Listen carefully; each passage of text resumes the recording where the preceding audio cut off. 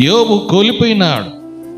ఈ అధ్యాయం మనం చూస్తే 13వ వచనం నుంచి మరి 20 వచనాల వరకు చూస్తుంటే ఆయన ఎన్నో కోల్పోయాడు. చాలా కోల్పోయాడు. సర్వము కోల్పోయినా ఏమని చేస్తున్నాడండి? 3వ మెట్టు ఏం చేస్తున్నాడు? స్తుతిస్తున్నాడు. సర్వం కోల్పోయినా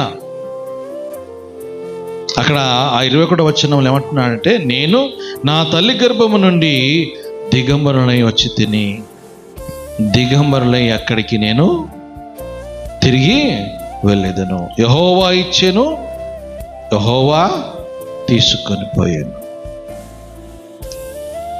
దేవుడిచ్చినాడు, దేవుడే